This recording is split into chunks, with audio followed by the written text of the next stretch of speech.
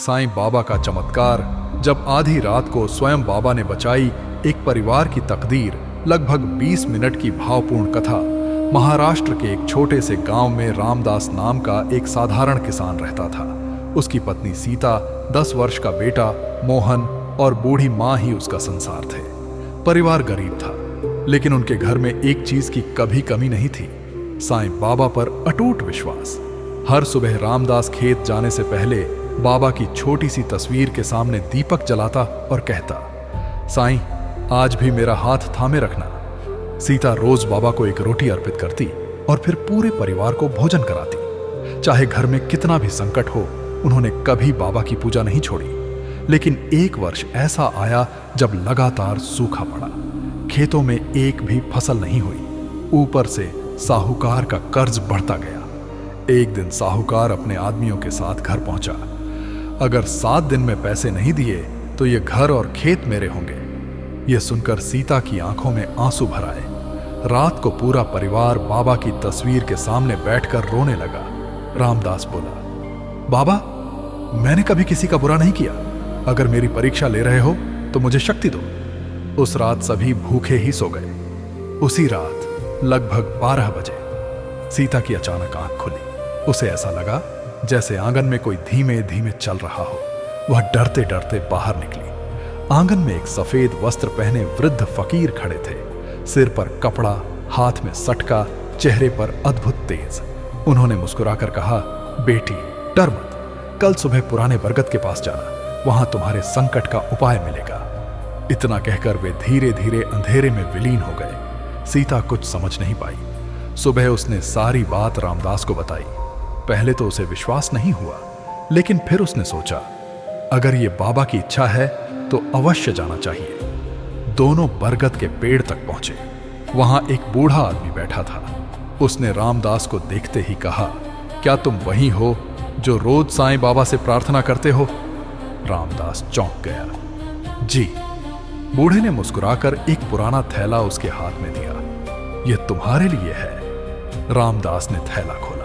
उसमें कुछ पुराने चांदी के सिक्के और एक कागज था। कागज पर लिखा था, विश्वास रखने वालों को मैं कभी अकेला नहीं छोड़ता।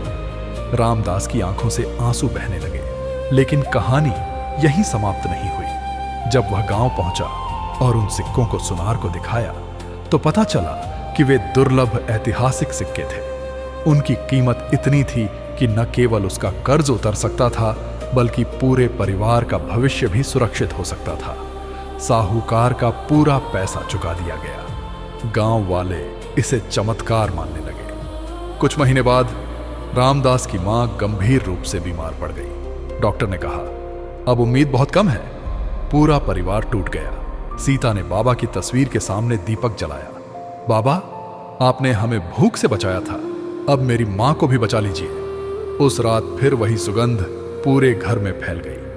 दीपक की लौ बिना हवा के तेज होने लगी। बूढ़ी मां गहरी नींद में चली गई। सुबह जब डॉक्टर आया तो उसने आश्चर्य से कहा, इनकी तबीयत तो बिल्कुल सुधर रही है, ऐसा कैसे हो सकता है? रामदास समझ चुका था। उसने बाबा की तस्वीर के सामने सिर झुका दिया। समय बीतता गया। अब रामदास गांव के गरीब लोगों की मदद करने लगा। वह कहता, यह धन मेरा नहीं, यह बाबा की अमानत है। हर गुरुवार उसके घर भंडारा होता। कोई भूखा वापस नहीं जाता।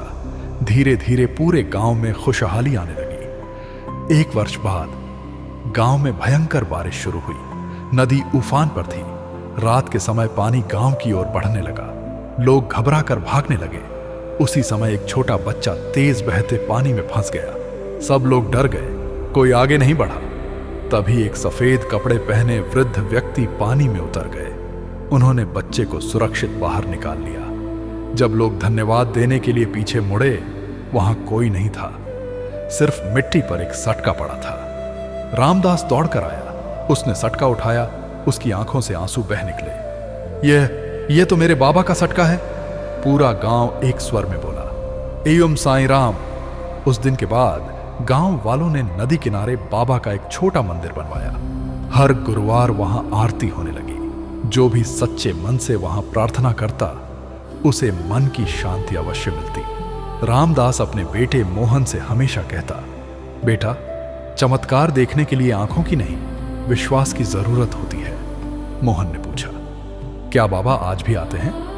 रामदास मुस्कुराया, हाँ, लेकिन हर किसी को दिखाई नहीं देते। वे कभी किसी भूखे के रूप में आते हैं, कभी किसी फकीर के रूप में और कभी किसी अनजान मुसाफिर के रूप में। वर्षों बाद जब रामदास बूढ़ा हो गया, एक गुरुवार की शाम उसने बाबा की तस्वीर के सामने दीपक जलाया। वह धीरे से बोला, बाबा, आपने मेरा जीवन बदल दिया। अब जब भी बुलाओ मैं तैयार हूं। उसी क्षण कमरे में वही दिव्य सुगंध फैल गई। दीपक की लौ तेज हुई। रामदास के चेहरे पर अद्भुत मुस्कान आ गई। उसने अंतिम बार कहा, एवं साईं राम, और शांत भाव से बाबा के चरणों में विलीन हो गया। उसके बाद भी गांव वालों का विश्वास कभी नहीं टूटा। आज भी लोग कहते हैं, जहां सच्ची श्रद्धा और सबूरी होती है, वहां साईं बाबा स्वयं अपने भक्त का हाथ थाम लेते हैं। संदेश साईं बाबा ने हमेशा दो बातें सिखाई, श्रद्धा, फेथ, और सबूरी, पेशेंस। जो व्यक्ति इन दोनों को अपने जीवन में अपनाता है, उसके सबसे अंधेरे समय में भी आशा का दीपक जलता रहता है।